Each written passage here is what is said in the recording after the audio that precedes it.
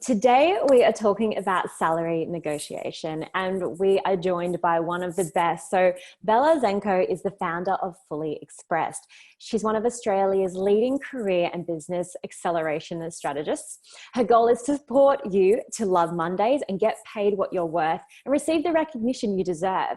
Last year, she helped negotiate a collective $1 million in salaries for her clients and allocated $5 million in funding to Australia's next wave of startup talent.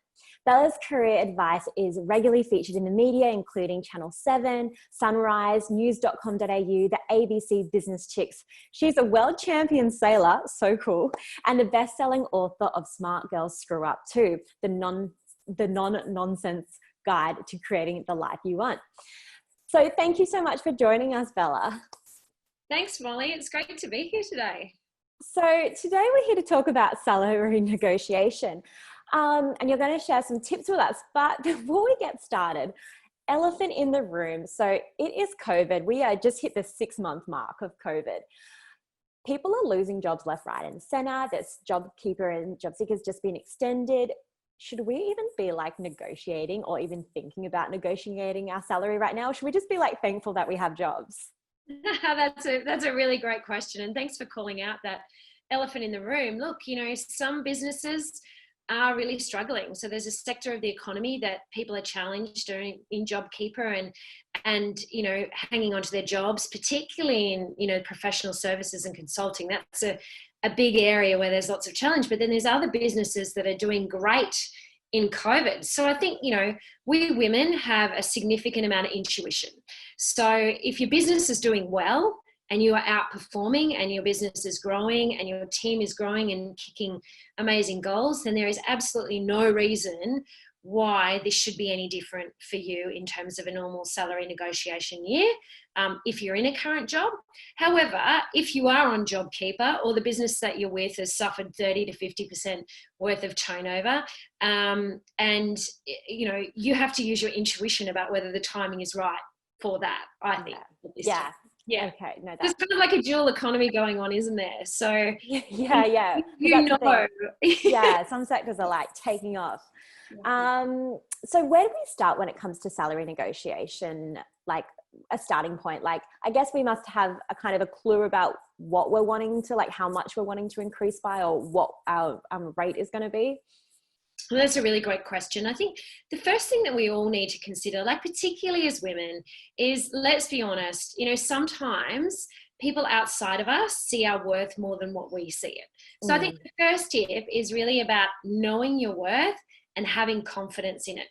And how do you get confidence? Well, number one, you do the research, okay? And that's one thing we women are fantastic at, is that we are, if there's a role, we will have 110% of the skills before we apply.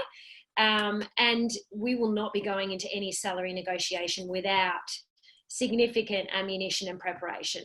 So do your research. That will give you the confidence to understand. Now, there's some great places to do research. The first place is glassdoor.com, okay? You can go there and you can see salaries of all different types. You just type in your job role and the company that you're at, and it'll give you an approximation of your salary. The second tool that you can use is called whatsthesalary.com. It can be a little bit unreliable, but it also gives you some really good benchmarking data.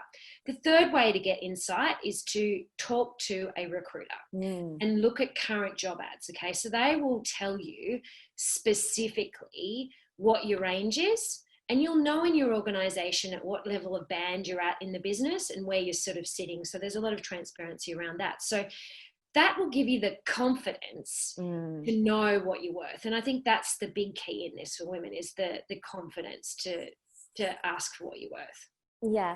And I think with COVID, what we're seeing at the moment is a lot of people really enjoying working from home. So when we talk about negotiating kind of our working environment, that doesn't necessarily just have to be money-based, does it? It could be other things as well. No, absolutely. I mean, I think that the key thing when you're going into any negotiation is to be really clear about the outcomes that you want to achieve and prioritize those outcomes. So one of the outcomes, obviously, is a salary increase. Another outcome could be if you're working for a publicly listed company and you're getting, potential stock options, That's another lever. Another lever might be working more flexibly, which we're all doing at the moment. And I think a lot of people are starting to go a bit around the bend from work from home. I would just say remote working, not work from home, because it means you can go hopefully work in your local cafe if you're not in Victoria right now. So, there's lots of different levers that you can be pulling. And flexibility is a huge one of those, Molly, as we know, like we were talking before about, if you're able to buy yourself an extra day a week or half a day a week, what could you be building in that? Or could you be investing in your health? Could you be building a side hustle? So these are types of outcomes that really need to sort of anchor back to your overall lifestyle goals. And I think that's key when you go into any negotiation. Yeah. And with a negotiation, should we have a walkaway number? Like, should we even put that on the table? Like, I want this much or I'm leaving. Or is that more just something we keep in our head and be aware of? It's a really interesting thing. So I think one of the key things that we need to know is our deal breakers. Now, we need to be really rational about what they are and get out of that sort of emotional brain, like, oh, I'm not worth this or I'm not worth that. And so that can often happen, is that, if we're not getting paid a certain amount, we think, compared to some of our peers, we think that they're actually not worth anything. And our self-worth should never be related to our net worth. Okay, so really important thing for us to consider. But do you need to know your deal breakers? Yes. Do you need to make sure those deal breakers are rational and comparable and empathetic with where the world is at the moment? Absolutely. So what I recommend that you do is you write these down. Okay. Now, for those that are in salaried employment, you might, or applying for a job and you're not falling within the numbers that you want, you might need to ask for a plan of how to achieve those numbers. So instead of just walking away and saying, I'm leaving, reverting back to your manager and saying, you know what, like, please can you tell me, what do I need to actually achieve? What are the 3 things I need to do in the next 6 to 12 months to achieve this? And they will tell you, okay? And so I think that's really important to focus on. Yeah. Versus just like, I'm out of here, screw you guys. Actually, a friend in the UK, it was kind of like textbook of what you don't do. It was just a normal day. I was having a conversation with a colleague and they started talking about pay. And he found out that this guy was on a significantly more amount, even though they were doing a very similar job. So in almost like a bit of a rage fit, he walked into the boss and was like, I want a pay rise. And they were like, well, we don't have budget for it. He's like, well, I'm going to leave. And they're like, okay, well, yeah, we don't have any money for it. And then he had to kind of like sheepishly be like, oh, okay, maybe I won't leave. That's a classic of allowing one's emotions and reactions to take over. So the one thing with negotiation is that you can never be emotional going into negotiation. And, doing our research, knowing our deal breakers, knowing the outcomes that we want to achieve, they're the first 3 key steps to actually moving in empowerment and confidence into any type of negotiation. Yeah. And is it something that I imagine this is something you don't want to spring on your manager. So is this like, do you even just say, hey, I want to have a talk about my salary in X amount of weeks, or when is a good time? What's a good way to kind of approach that topic with your manager so they're not going to be like, oh, where did this come from? That's a really good question. I mean, look, most organizations will have an annual or 6-monthly review cycle. Okay. So everybody knows that bonuses will be paid in X time. Your performance review will occur during this time. And everyone's details, depending on the type of organization you work with. If you work with a large organization, which I'm suspecting many of you are, when these review periods are, what paperwork and documentation that you need to put into making that really successful. And then you also know what you need to do potentially during the year to stakeholder up to that final result, which is how you're evaluated. You're not evaluated on your likability, you're evaluated on the results that you deliver to the business. So it's really important to focus on those results and the outcomes that you're delivering, because organizations will value those outcomes, and that is what determines the individual component of your performance review will be. Obviously there's a departmental and then an organizational typically triangulates like that. So some of those things are outside of your locus of control, right? So what you can control is how in the year you actually stitch together the narrative around moving towards that the end of the year review period. And that, I think, is an asset that you must invest time in the narrative around that, so that you actually are able to posture yourself to get paid what you're worth. Yeah. Okay. And I heard this great hack the other day, which I loved. They were saying, because I was like, I know when I went for my first salary negotiation, I was like, my boss actually said, "Is everything okay, Molly? You look really sick." Because I was so nervous. I was like, I felt nauseous. I was like, "Can I have a pay increase? I've done all these things." It was horrible. It was like, yeah, I don't know why I was so nervous about it. But it made me remember a tip someone once told me, which was like, every Friday afternoon, take 5 minutes and just write out the biggest things you achieved that week.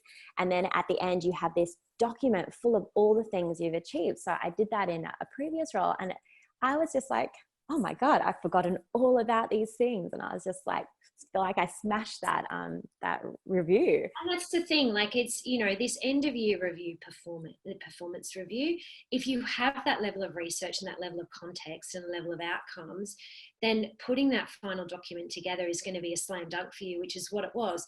The other thing I would add to that is that each week, typically, we have a one-on-one with our manager. Yeah. So that is an opportunity for you to set that up in a way that is highlighting your wins and what you actually need to do to achieve the next level of your performance. So if you set that meeting up in that way, and you're saying, look, you know, last week, these were my 5 wins.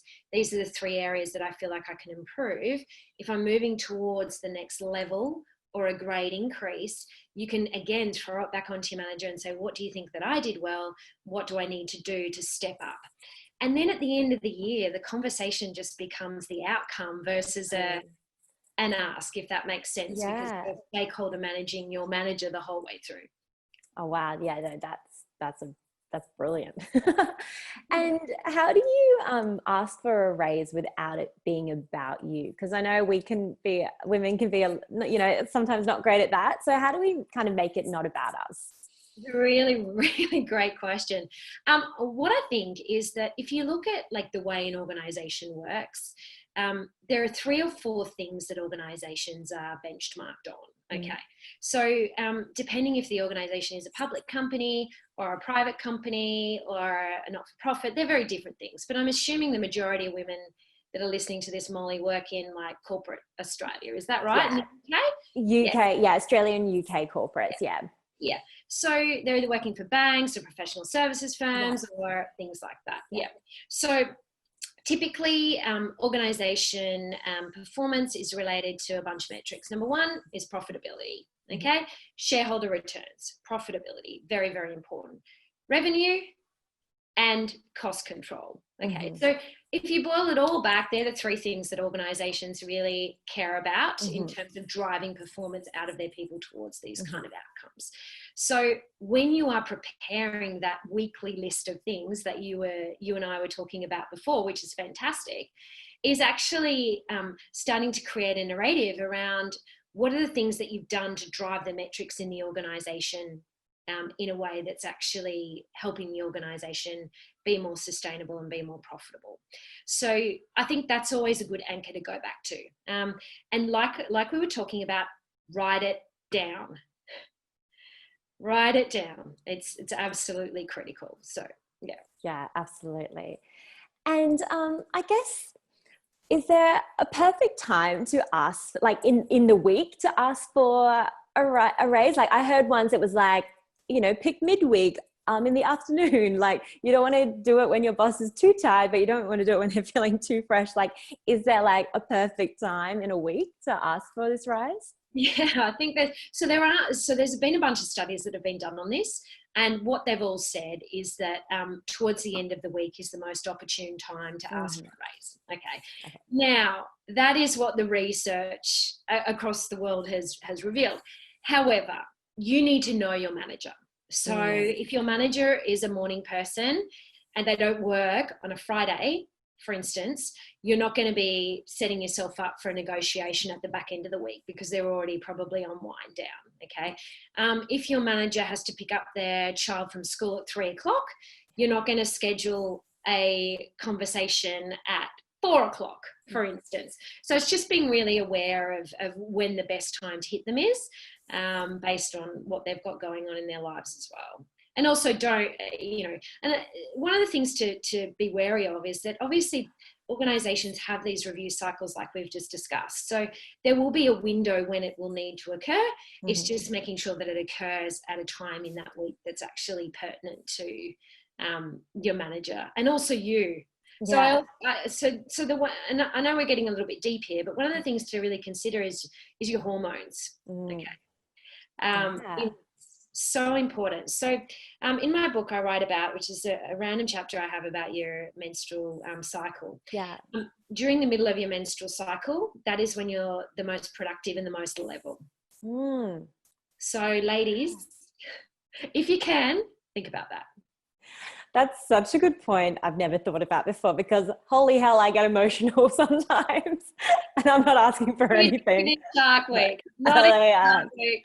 Not in Shark Week, and not when you're in the red tent, ideally, if you can. Okay, well, that is such a good point. I haven't thought about before.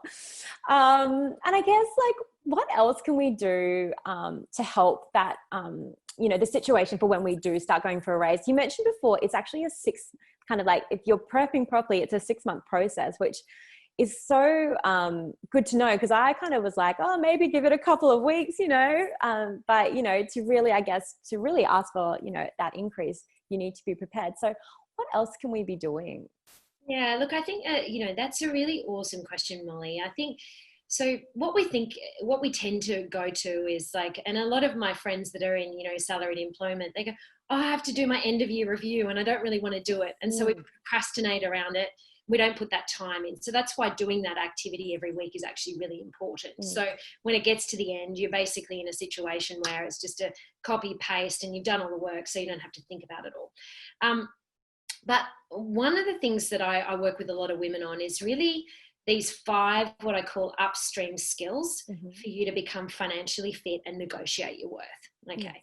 Now, the good news is we're really good at some of them, okay, as women. So the first one is relationships. So we're really great at building relationships. So continue to build relationships in your networks, within the organization that you're in, because unfortunately, or fortunately, likability is actually a huge factor in whether we're able to achieve our goals in life. That's just the way it is.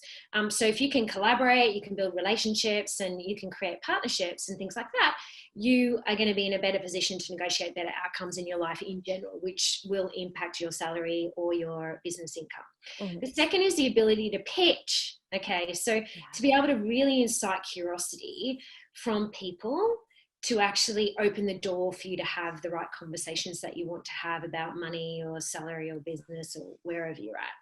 The third upstream skill is the ability to propose. So if you're looking for a role, it's making sure that you have a kick-ass CV. So spend a lot of time with women making sure that their CV is awesome and that they're able to deliver it in a proposal type setting, whether that's like an interview, whether that's a sales meeting, et cetera, et cetera. And the fourth, which I find that, which is really around the negotiation outcome or the conversation, which is either a salary review or a business pitch or proposal, we tend not to be the best closers or asking for them.